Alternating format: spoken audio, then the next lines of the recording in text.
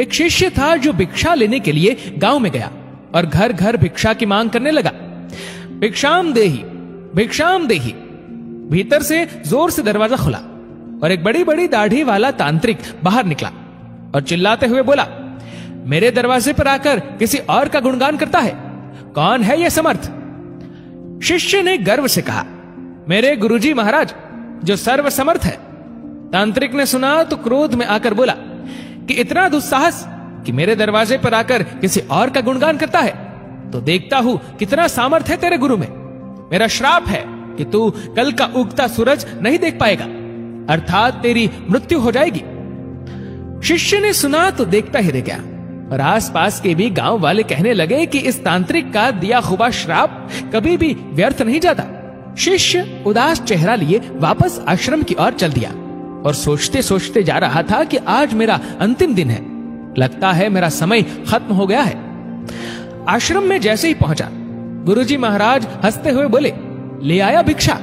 बेचारा शिष्य क्या बोले।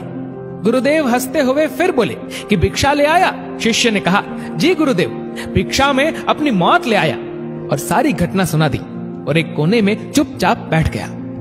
गुरुदेव बोले, अच्छा चल भोजन कर ले।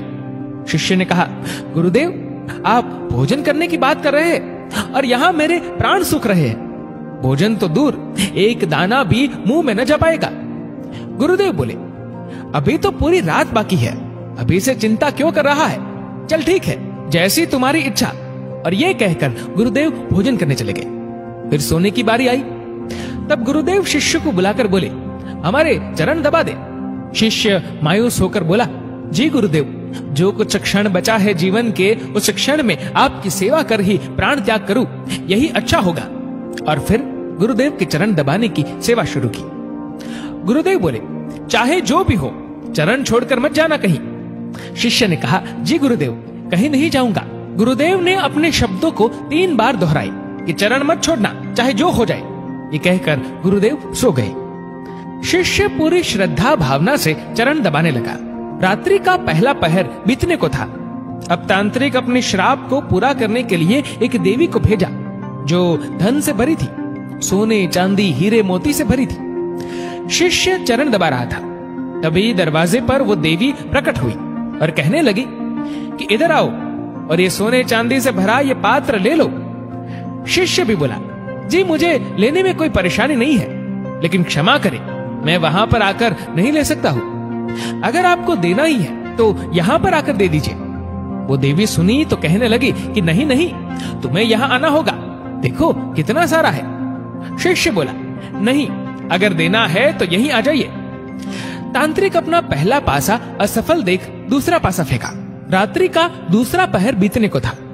शिष्य गुरु महाराज जी के चरण दबाने की सेवा कर रहा था। तांत्रिक ने इस बार मारने के लिए उस शिष्य की मां का रूप बनाकर भेजा। शिष्य गुरु के चरण दबा रहा था, तभी दरवाजे पर आवाज आई, बेटा तुम कैसे हो? शिष्य ने अपनी मां को देखा तो सोचने लगा, अच्छा हुआ जो मां के दर्शन हो गए, मरते वक्त मां से भी मिल ले। वो औरत जो मां के रूप धारण की थी बोली, आओ बेटा गले से लगा लो, बहुत दिन हो गए तुमसे मिले। शिष्य बोला, क्षमा करना मां, लेकिन मैं वहां नहीं आ सकता क्योंकि अभी गुरु चरण की सेवा कर रहा हूं, मुझे भी आपसे गले लगना है, इसलिए आप यहीं आ जाओ। फिर वो औरत देखी कि चाल काम नहीं आ रही है तो चली गई। रात्रि का तीसरा पहर बीता और इस बार तांत्रिक ने यमदूत रूप वाला राक्षस भेजा। राक्षस पहुंचकर शिष्य से बोला कि चल तुझे लेने आया हूं, तेरी मृत्यु आ गई है, उठ और चल।